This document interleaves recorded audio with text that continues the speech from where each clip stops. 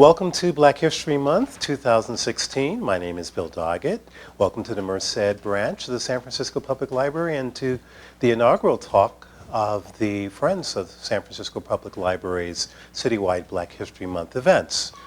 This talk is, of course, as in your program, is about Reconstruction and the Freedmen's Bureau at 150 years. However, it is more than that. It is actually a talk that connects the dots between 1865, 1866, the end of the Civil War, and today.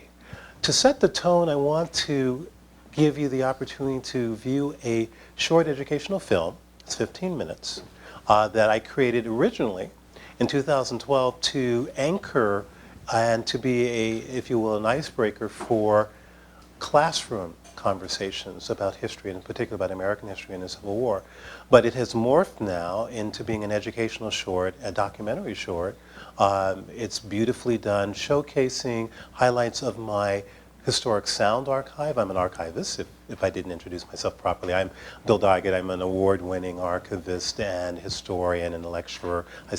My archives is specialized in early recorded sound recordings, particularly as it relates to African American performing arts history, as well as historic newspapers. So this film dovetails both of those in 15 minutes, showcasing if you will, as an ambassador of my archive, but also it's very highly educational, and I'm really honored and blessed to have a DP, a director, photographer, filmographer, who did a beautiful job of putting all this together. So we'll start there to set the tone for the conversation tonight.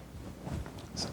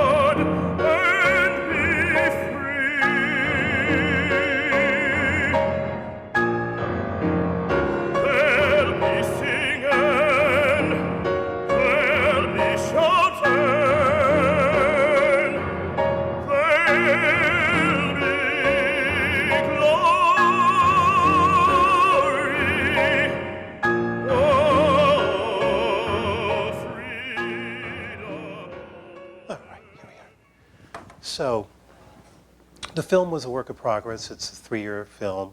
It's a showcase of a lot of my archival material. I'm involved with what's called the Association for Recorded Sound Collections. I am an archivist, specialized in early sound recordings. I specialize specifically in the documentation of African American voices. So you saw in the film many recordings from my collection of Negro spirituals, the earliest recordings of Negro spirituals from 1909 forward. I use the Negro spirituals as an anchor because it's the song that has kept us through all the trials and tribulations of even looking at it, a name of a spiritual called How Come Me Here?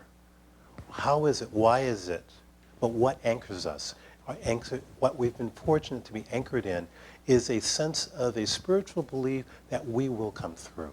But tonight, I'm speaking on a related but different subject, and that is how we look at the Freedmen's Bureau and Reconstruction at 150 years, in as much as it's the 150th anniversary, continued, of the Civil War. So much of the past, let's say 5 years, from 2011 when I had my first exhibition at the main library on, called basically The Journey to Freedom, the Negro Spiritual and the Underground Railroad.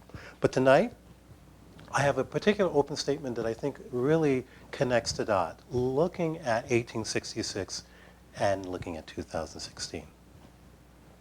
The Civil War, Emancipation Proclamation,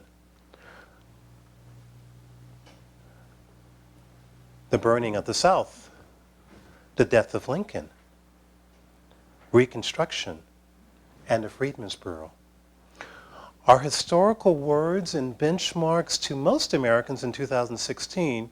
We are 150 years removed from a time which remains the nation's most convulsive and violent internal war of disagreement, a war on our own soil that claimed more than 600,000 dead, leaving no family untouched, Union or Confederate. Yet it is this moment 150 years ago, the ending of 1865 and the dawn of 1866, the intense legacy of which lives with us today in grievous and tragic, unrealized ideas about race, race consciousness, and the fundamental concept of a Lincolnian socially progressive value of a government by the people, for the people, and of the people shall not perish from the face of the earth. Yet it is controversial and counterintuitive that 1865 and 1866 have never ended. History, 1865, 1866, begs the question for 2015-16, hashtag do Black Lives Matter, hashtag do Black Voices Count, or are blacks better off as slaves, as Tea Party Clive Bundy and Duck's Dynasty spokesman suggest, or as Supreme Court Justice Clarence Thomas has recently pronounced, that the dignity of black people was more intact when they were slaves. Conversely, must whites be so compelled to, quote, take their country back, save their women from blacks, and resurrect the Confederate flag, as Dylann Roof felt so compelled by the execution killing of 9 parishioners in a prayer meeting at a richly historic Emmanuel AME church in Charleston? Dylann Roof was inspired by a legacy of Confederacy nostalgia promulgated to great acclaim in 1915, 100 years ago. What was the Freedmen's Bureau? The Freedmen's Bureau, the first of its kind, also known as the Bureau of Refugees, Freedmen, and Abandoned Lands, was established on March 1865 to keep track of and service enslaved Africans whom had suddenly been transformed in the eyes of the state from property to people. It collected demographic information on nearly 4 million newly free Africans, formerly slaves. The Freedmen's Bureau was also established to help transition them from slavery to citizenship, providing food, housing, education, and medical care. Visionary and unprecedented, configured into the early stages of the architecture of the Freedmen's Bureau was Civil War Union General William T. Sherman, wartime order called Special Field Order Number 15. Colleges, historically black colleges such as Fisk University, Hampton College, Dillard University, and Howard University were also established. Although established in 1867 independently of the Freedmen's Bureau, Howard University can be counted alongside the others as its founder, Oliver Otis Howard, a Civil War hero, was also a key Freedmen's Bureau commissioner. Fisk University became known to the world through its vocal ambassadors, the Fisk Jubilee Singers, who introduced the world to the beauty of the newly published 1867 collection of songs titled Slave Songs of America. They were a compilation of songs that were gathered mostly in Philadelphia and other areas where freed or formerly quote-unquote runaway fugitives escaped to, abolitionists who were musicians and storytellers collected their stories and their songs and published this book. And that book, called Slave Songs of America, actually is essentially, could be retitled and should be retitled Negro Spirituals. Carpetbaggers, agents of the federal government, or Lincoln, were accused of manipulating the internal affairs of former Confederate states, out of which the reactionary movement arose in the political phraseology of states' rights.